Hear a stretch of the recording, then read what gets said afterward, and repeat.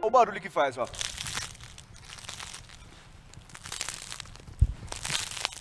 Deu pra ouvir o barulhinho do pão italiano estralando? Tem que ser crocante.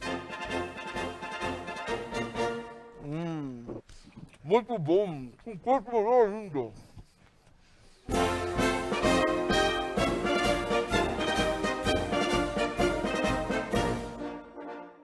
Então, aqui a gente tá na Moca, o reduto de imigrantes italianos, né? Aqui é Moca, é só italiano. Tem o pessoal que fala que é o pão da Moca. Ou tem um outro pessoal que fala que é o pão do Pascoal, que era o nome do meu avô.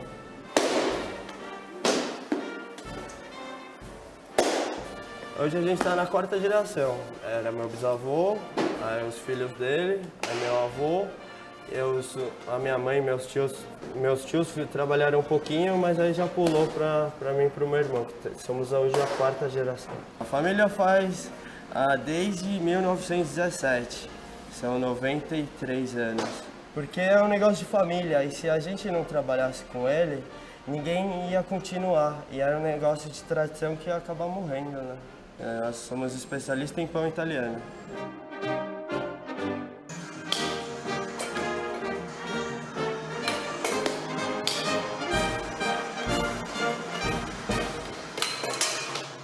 O pão italiano ele não pode faltar na mesa do italiano. Ele sempre está lá na mesa dele, no almoço, no jantar.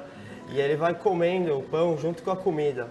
E quando acaba a comida, ele pega a fatia do pão e limpa o prato. É um paninho assim, e limpa e vai comendo. O caldinho do feijão, o molho do tomate. A diferença do pão italiano, assim, pra mim, é que o sabor, lógico, é diferente. A massa é mais consistente, a casca é grossa, ele dura mais, dura uns 2, 3 dias. Você mantém ele praticamente fresco. Tem o filão, tem o redondo, tem os recheados, pão de calabresa, queijo. Tem vários tipos.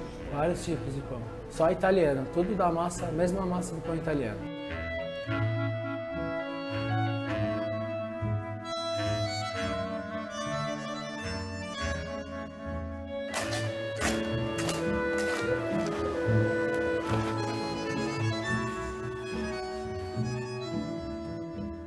A melhor hora é quando eles abrem aquela porta ali e vem aquele bafo, aquela fumacinha e vem a fornada de pães.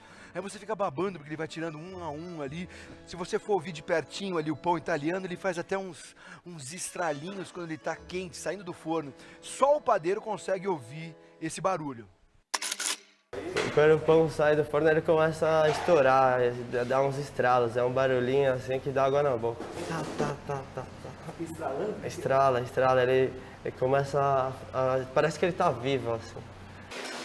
Olha, ele tá chegando aqui quentinho. Olha ele aí. Espera um pouquinho, deixa eu pegar o... Aí, pegou. Agora esse aqui.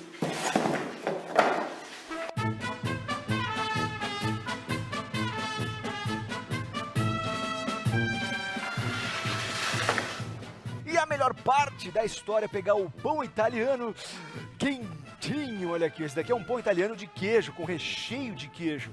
Eu já tô pegando ele um pouco mais incrementado, porque antigamente não era assim. O vô dele fazia aquele tradicional.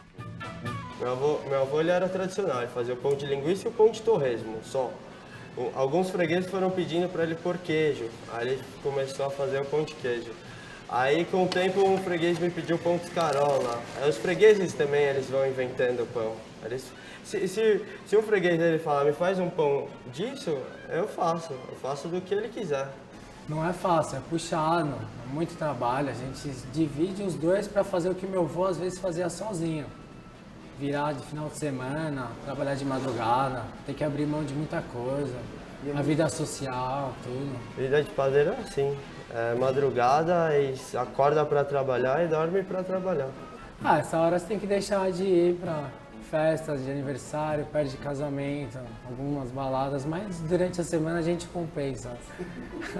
Para mim, eu me sinto como uma missão de vida, assim. Eu preciso fazer um filho para ele continuar também.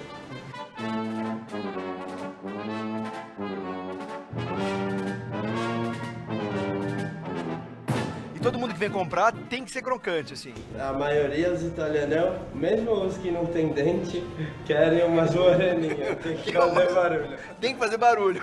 Mesmo aqueles que não tem dente, tem que fazer esse barulho.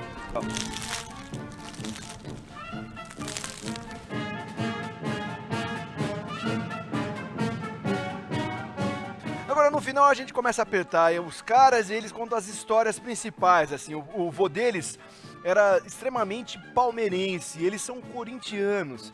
Então quando vi um corintiano aqui... Então, tem uma história muito boa da nossa rotina que acontecia aqui enquanto a gente trabalhava com o nosso avô, que meu avô era italianão roxo.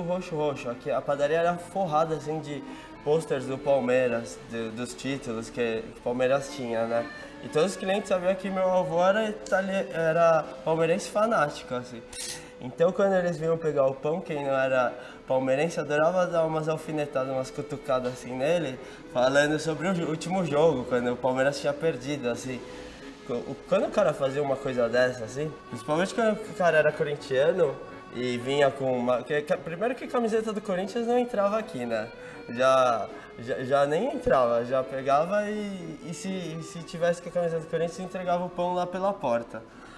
Aí se ele fizesse alguma piadinha sobre o Palmeiras pra cutucar meu avô já era tolerância zero. Eu pegava o pão e não vendia mais, tomava o pão da mão do freguês, assim.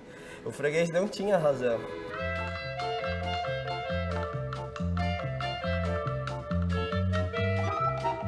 Só que vocês são corintianos. É. Então me conta essa história. Não, quanto a gente, meu avô não era mais paciente, assim, não tinha problema.